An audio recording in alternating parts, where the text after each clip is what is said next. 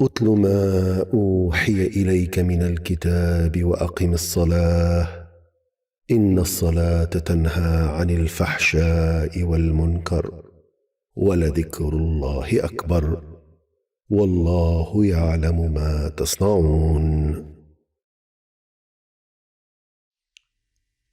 بسم اللہ الرحمن الرحیم نحمدہ ونصلی علی رسولہ الکریم. نور ہدایت کے عنوان سے MTA پر جو پروگرام پیش کیے جا رہے ہیں، ان میں ان قرآنی آیات کی مختصر تشریح اور تفسیر پیش کی جاتی ہے جن کی تلاوت حضرت امیر المومنین خلیفۃ المسیح الخامس سیدہ اللہ تعالی بنصر العزیز جہری تلاوت والی نمازوں میں فرماتے ہیں. یہ جو تشریح اور تفسیر پیش کی جاتی ہے یہ حضرت اقدس مسیح موعود علیہ الصلوۃ والسلام اور خلفائے کرام کی بیان فرمودہ تفاسیر میں سے ایک انتخاب ہوتا ہے.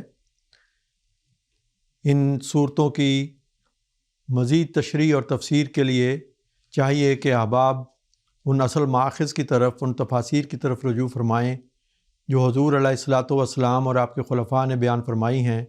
اس سے اللہ تعالیٰ کے فضل سے ان کے علم اور معرفت میں بہت اضافہ ہوگا.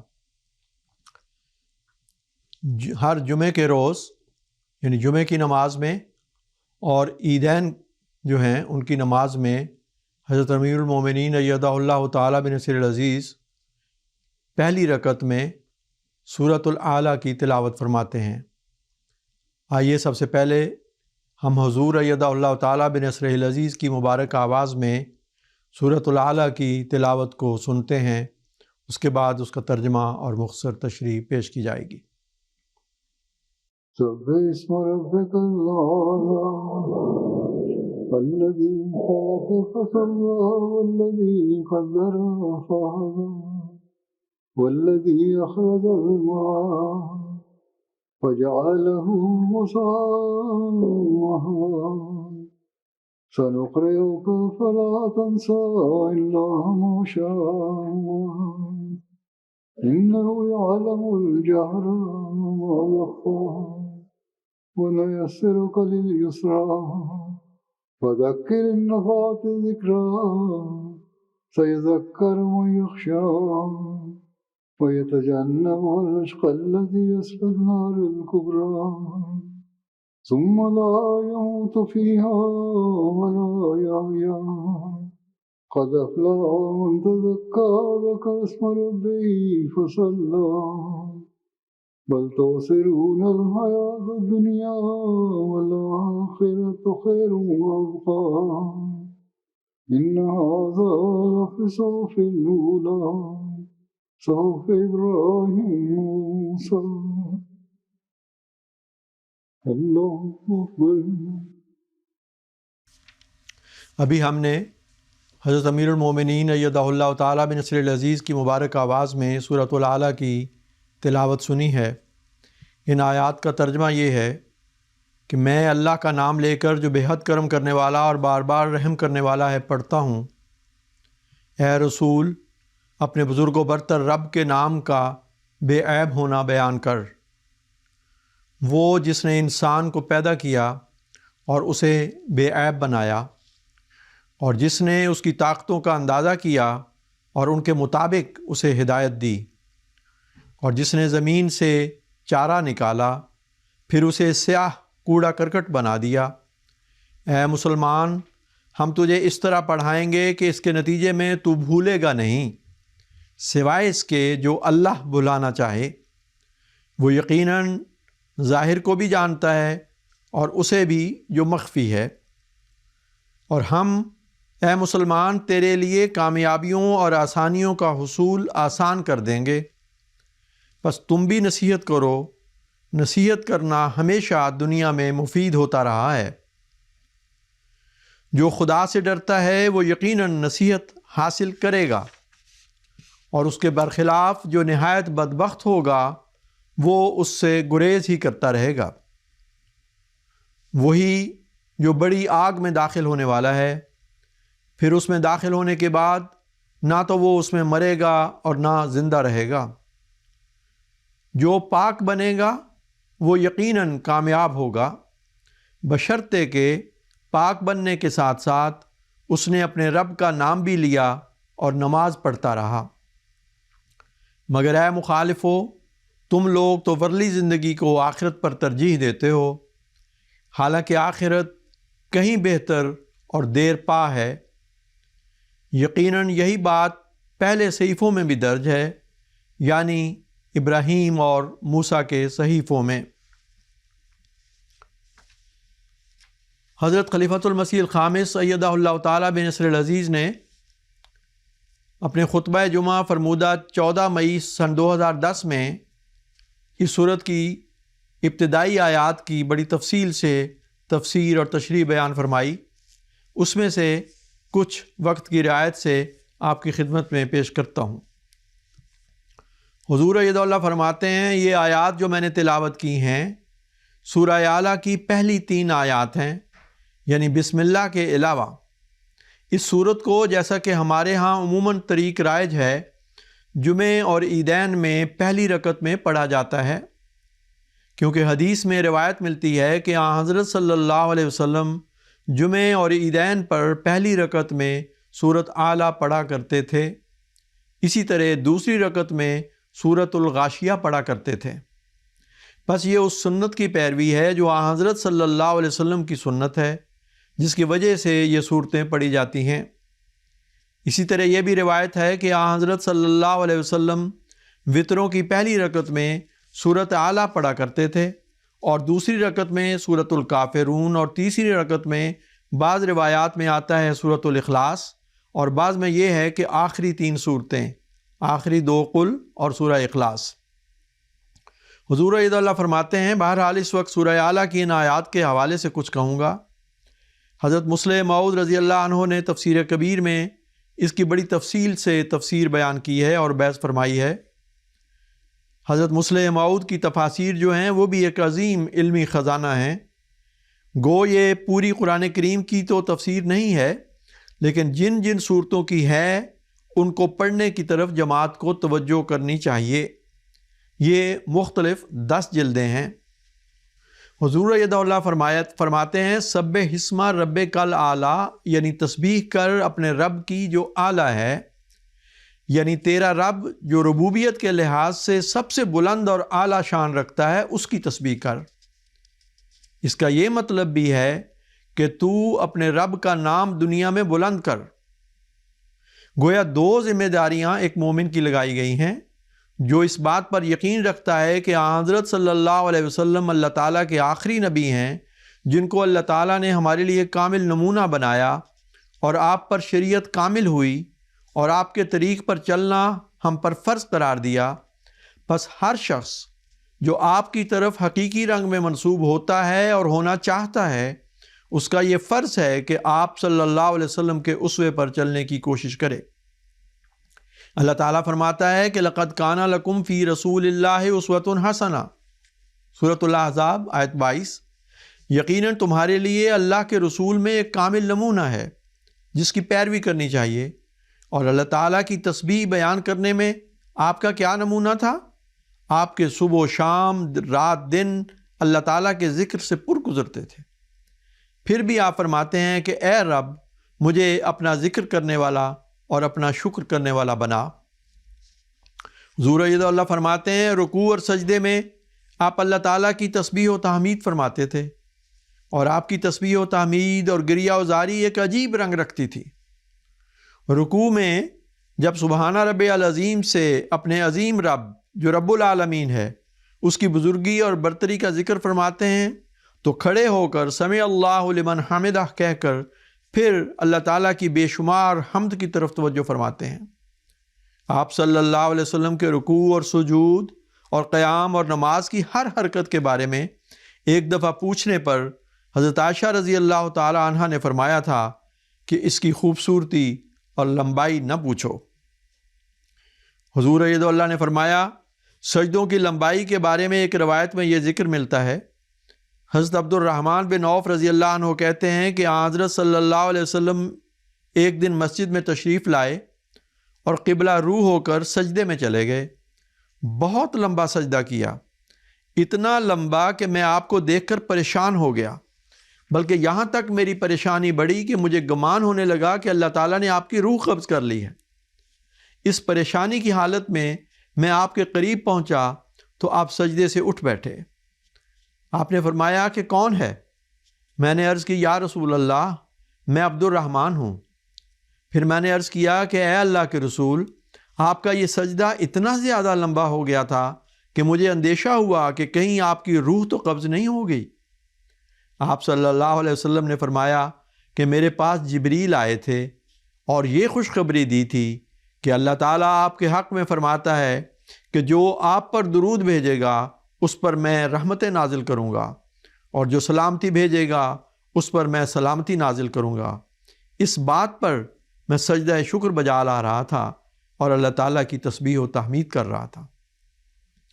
حضور انور ایدہ اللہ تعالیٰ نے فرمایا یہی نہیں کہ آپ پر اللہ تعالیٰ کا یہ اتنا بڑا انعام تھا، اس کی وجہ سے شکر بجا لا رہے ہیں، بلکہ ہر چھوٹی سے چھوٹی اللہ تعالیٰ کی جو نعمت تھی اس پر بھی آپ اللہ تعالیٰ کی بے انتہا تسبیح و حمد و شکر گزاری فرمایا کرتے تھے۔ آپ کی خوراک کیا تھی؟ بعض وقت تو فاقے بھی ہوتے تھے اور روکھی سوکھی روٹی ہوتی تھی، لیکن اس کے بعد بھی اللہ تعالیٰ کا بے انتہا شکر فرماتے تھے اور تسبیح سے اپنی زبان کو تر رکھتے تھے۔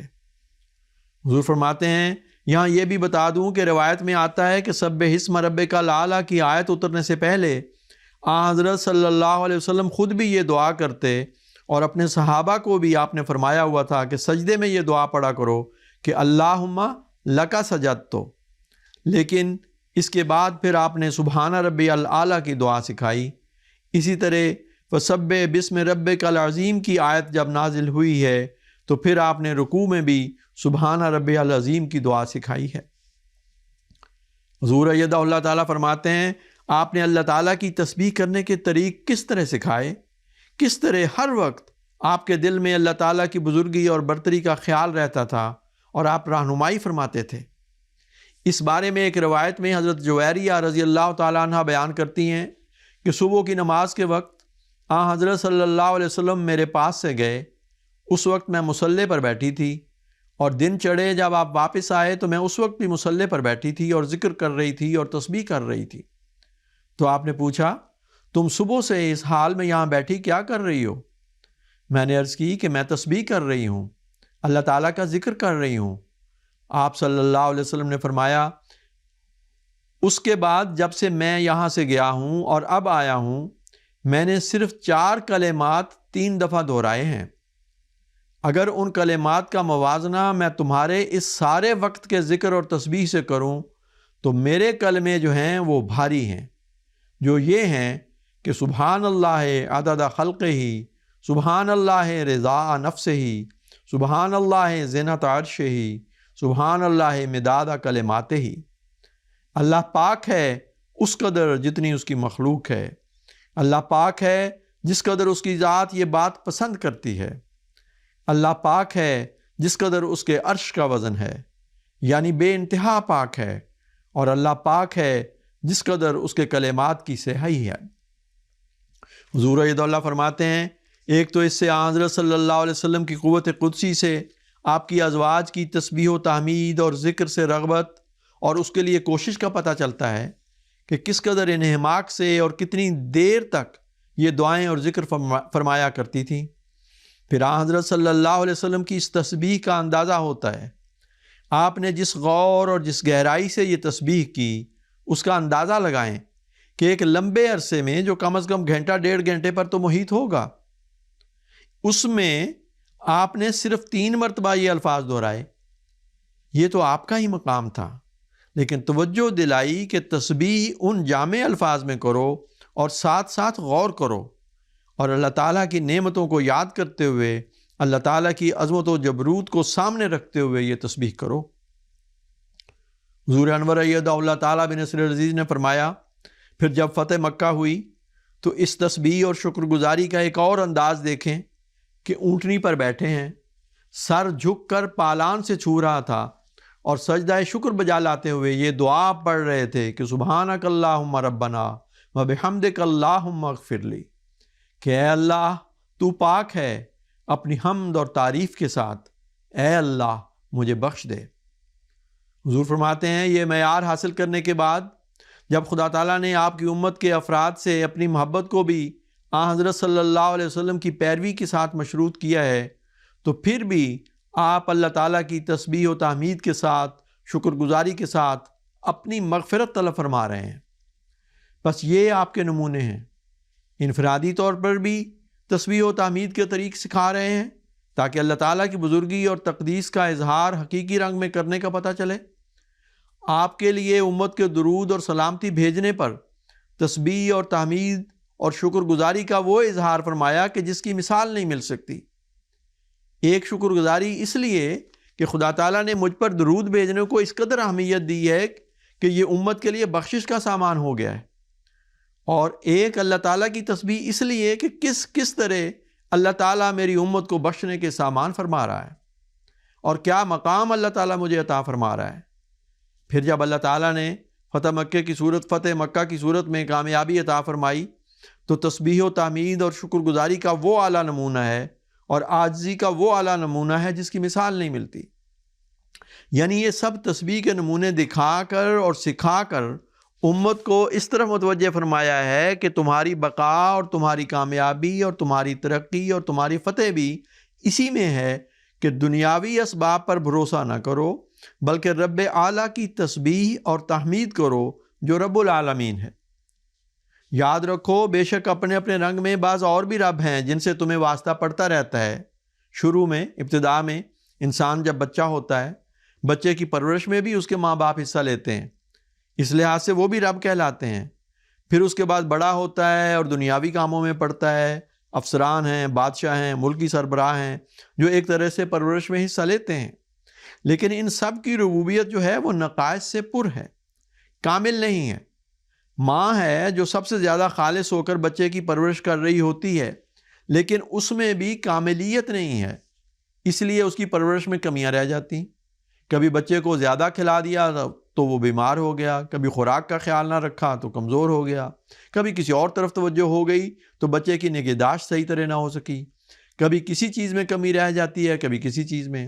اسی طرح تمام دنیاوی افسران ہیں یا ملازمین کے مالک ہیں، وہ سب کمزور ہیں، اور پھر وہ لوگ یہ تو چاہتے ہیں کہ ان کی تعریف کی جائے، لیکن تعریف وہ کروانا چاہتے ہیں جس پر وہ کبھی پورا نہیں اترتے، اور یوں اکثر جھوٹی تعریفیں اور خوش آمدیں کرنی پڑتی ہیں، جس سے انسان کی طبیعت میں جھوٹی خوش آمدیں کر کے، تعریفیں کر کے بعض دفعہ منافقت بھی پیدا ہو جاتی ہے۔ لیکن رب اعلیٰ وہ ہے جو ہر عیب سے پاک ہے، جس کی تعریف حقیقی ہے، جس نے رحمانیت کے جلوے دکھاتے ہوئے بھی پرورش کے انتظام کیے ہیں، اور جو رحیمیت کے جلوے دکھاتے ہوئے بھی اپنے بندوں کے لیے بے انتہا فضل نازل فرماتا ہے، دعاؤں کو سنتا ہے، وہ مجیب بھی ہے۔ غرض کہ اس کے بے انتہا اور بھی صفاتی نام ہیں جس کے مطابق وہ اپنے بندوں سے سلوک بھی کرتا رہتا ہے۔ بس ایک مومن کو چاہیے کہ سبح اسم ربک الاعلیٰ پر عمل کرتے ہوئے اس کامل صفات والے اعلیٰ رب کی تسبیح کرتا رہے اور اس کی خیر کی تمام صفات سے حصہ لینے کی کوشش کرے اور اس کی ناراضگی اور پکڑ سے بچنے کی کوشش کرے۔ ہر خیر کے ساتھ شر بھی ہوتا ہے۔ اللہ تعالیٰ سے تمام قسم کے شرور سے بچنے کی دعا کرنی چاہیے، اور حقیقی تسبیح کرنے والے کو اللہ تعالیٰ یقیناً اپنی پناہ میں لے لیتا ہے۔ اسی ضمن میں حضور ایدہ اللہ تعالیٰ بنصر العزیز نے سورہ اعلیٰ کی ان ابتدائی آیات کی تشریح اور تفسیر بیان کرتے ہوئے فرمایا، قرآن کریم میں تسبیح کے ذکر میں جو بیان ہوا ہے اس میں نمازوں کو بھی تسبیح کے ساتھ ملایا گیا ہے، یعنی نمازیں بھی ایک قسم کی تسبیح ہیں، بس ان کی پابندی کرنا اور باقاعدگی سے ادا کرنا یہ بھی ضروری ہے، تبھی سبح اسم ربک الاعلیٰ کا صحیح ادراک حاصل ہوگا۔ اسی طرح حضور نے فرمایا، جیسا کہ میں نے بیان کیا کہ اس کا ایک مطلب یہ بھی ہے کہ اپنے رب کے نام کو دنیا میں بلند کرنا، اپنے رب کے نام کو دنیا میں بلند کرنا یہ بھی حکم ہے۔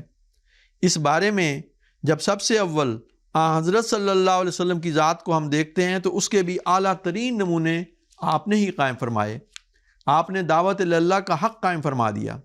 جب اللہ تعالیٰ نے آپ کے بارے میں فرمایا کہ داعیا اللہ باذنہ، کہ اللہ تعالیٰ کے حکم سے آپ کو اللہ تعالیٰ کی طرف بلانے والا بنا کر بھیجا گیا ہے، اور جب آپ کو فرمایا کہ یا ایھا الرسول بلغ ما انزل الیک من ربک، کہ اے رسول تیری طرف تیرے رب کی طرف سے جو کلام اتارا گیا ہے اسے لوگوں تک پہنچا، تو اس کا بھی آپ نے حق ادا کر دیا، کیونکہ اس کے بعد رب اعلیٰ کے نام کی سربلندی جو پہلے ہی آپ کا مقصود تھی اس میں اور زیادہ اضافہ ہو گیا۔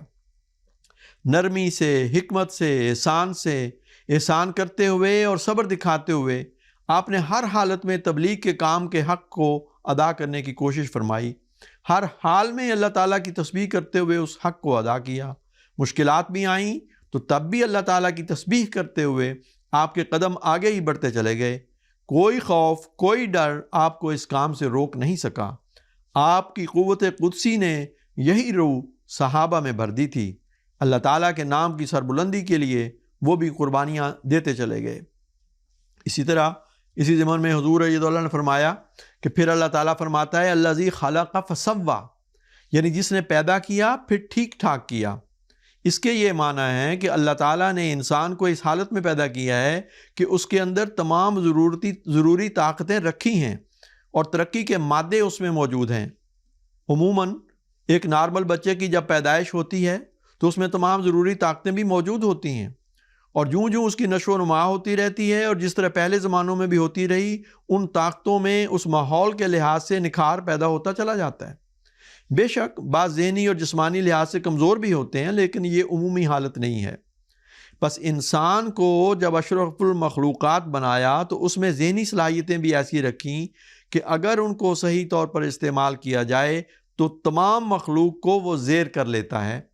گویا انسان اللہ تعالیٰ کی صفات کا پرتو بن سکتا ہے، اور جیسا کہ پہلے بھی میں ذکر کر چکا ہوں، اس کا کامل نمونہ ہمارے آقا و مولا حضرت محمد مصطفیٰ صلی اللہ علیہ وسلم ہیں، جن پر اللہ تعالیٰ نے اپنی کامل تعلیم اتاری اور اس مزاج کے مطابق اتاری جو انسان میں خدا تعالیٰ نے پیدا فرمایا ہے، یا جس کی نشو و نما اس زمانے میں ہو چکی تھی اور آئندہ بھی انسان کی ذیلی صلاحیتوں کا اور اس کے قوا کا نشو و نما اب قیامت تک ہوتے چلے جانا ہے۔ حضور فرماتے ہیں کہ انسان کی فطرت میں اللہ تعالیٰ نے اگر اللہ تعالیٰ نے نرمی اور غصہ رکھا ہے تو یہ بھی عین ضرورت کے مطابق ہے، کبھی نرمی کا اظہار ہو جاتا ہے، کبھی غصے کا اظہار۔ اس لیے قرآن کریم میں جو تعلیم حضرت صلی اللہ علیہ وسلم پر اتاری گئی ہے اس میں بھی یہی فرمایا ہے کہ غصے کا اور نرمی کا اظہار اپنے وقت پر کرو، تبھی انسانوں میں شامل ہوگے جو سوا کے لفظ کے تحت آتے ہیں، یعنی جب ہر عمل جو ہے موقع اور محل کے مطابق ہو۔ مثلا اگر اصلاح کی ضرورت ہے تو یہ دیکھنا ہوگا کہ اس کے لیے معاف کرنے میں اصلاح کا پہلو نکلتا ہے یا سزا دینے میں۔ اگر صرف ہر صورت میں معاف ہی کیا جاتا رہے تو معاشرے میں ان لوگوں کے ہاتھوں جو ہر وقت فساد پر تلے رہتے ہیں، معاشرے کا امن برباد ہی ہوتا چلا جائے گا۔ بس ایک عقل مند اور اللہ تعالیٰ کی طرف رغبت رکھنے والا انسان ہمیشہ اعتدال سے کام لیتا ہے۔ اس لیے اللہ تعالیٰ نے فرمایا کہ میں نے اس کو اس طرح پیدا کیا ہے جو ہر لحاظ سے مناسب ہے، عیب سے پاک ہے۔ پھر عقل مند انسان کا ہر عمل اور فعل موقع اور محل کے مناسب حال ہوتا ہے۔ اس ضمن میں بڑی تفصیل سے حضور رضی اللہ نے اس خطبے میں روشنی ڈالی اور بعض مثالوں سے اس مضمون کو واضح فرمایا ہے۔ پھر آگے چل کے حضور فرماتے ہیں، پھر اللہ تعالیٰ فرماتا ہے والذی قدر فہدی، جس نے طاقتوں کا اندازہ کیا اور ہدایت دی۔ اس کا تعلق بھی پہلی آیت سے ہے۔ اس کے بارے میں حضرت مسلم موعود رضی اللہ عنہ نے فرمایا کہ قدر فہدی کے دو معنی ہوں گے، جیسا کہ پچھلی آیت میں بتایا گیا ہے کہ چونکہ انسان میں ترقی کی استعداد رکھی گئی تھی اور اسے کامل القوا بنایا گیا تھا، اس لیے خدا تعالیٰ نے اس کی طاقتوں کا اندازہ کر کے اس کے متواتر ترقی کرتے چلے جانے کے ذرائع مہیا کیے ہیں۔ یعنی پہلے پیدائش کو اس تعلیم اور طاقت کے مطابق کیا، پھر تعلیم بھجوائی، یعنی جوں جوں ذہنی اور جسمانی طاقتوں نے ترقی کی، اللہ تعالیٰ نے اس کے مطابق ہدایت کے سامان پیدا فرمائے۔ اور دوسرے معنی یہ ہیں کہ جب بھی انسان کج ہوا، اللہ تعالیٰ نے اس کی ضرورت کے مطابق ہدایت بھجوا دی۔ اور جیسا کہ پہلے ذکر ہو چکا ہے کہ یہ ہدایت کامل طور پر حضرت صلی اللہ علیہ وسلم کے ذریعے نازل فرمائی تاکہ انسان اللہ تعالیٰ کے حقوق کا بھی صحیح ادراک کر سکے اور اپنی ذمہ داریوں کو سمجھے اور بندوں کے حقوق بھی ادا کرے۔ حضور ایدہ اللہ تعالیٰ فرماتے ہیں پس جب یہ ہدایت آ گئی تو اس کے مطابق ہی اب ایک مومن کو چلنا ہے، اور اگر سمجھ نہیں آتی تو پھر جو امام اور جو معالج اللہ تعالیٰ نے بھیجا ہے اس کی طرف رجوع کرنا ہوگا۔ اسی میں دنیا کی بقا ہے، جس کے لیے پہلی آیت میں بھی اللہ تعالیٰ نے طریق بیان فرمایا ہے کہ اللہ تعالیٰ کی تسبیح اور اس کی عبادت کی ضرورت ہے، اور اس بھیجے ہوئے کو ماننے کی ضرورت ہے۔ اگر سمجھ نہیں آتی تو پھر اللہ تعالیٰ سے خالص ہو کر مدد مانگی جائے کہ اللہ تعالیٰ صحیح رہنمائی فرمائے تاکہ ہم اس کا حق ادا کر سکیں، اور دوسرے اس تسبیح کے ساتھ اللہ تعالیٰ کے پیغام کو دنیا تک پہنچانا بھی فرض ہے، اور یہی ہر قسم کی کجی سے پاک ایک مومن کی نشانی ہے۔ حضور فرماتے ہیں اللہ تعالیٰ ہمیں توفیق عطا فرمائے کہ ہم خالص ہو کر اس کے بھیجے ہوئے کے ساتھ جڑ کر اس تعلیم کے مطابق عمل کرنے والے ہوں، اور صحیح رنگ میں تسبیح کرنے والے ہوں، اس کی عبادت کرنے والے ہوں، اور اس کے پیغام کو پہنچانے والے ہوں۔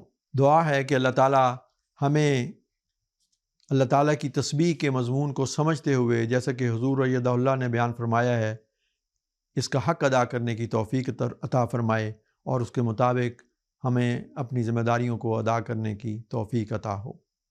اتل ما أوحي إليك من الكتاب وأقم الصلاة إن الصلاة تنهى عن الفحشاء والمنكر ولذكر الله أكبر والله يعلم ما تصنعون۔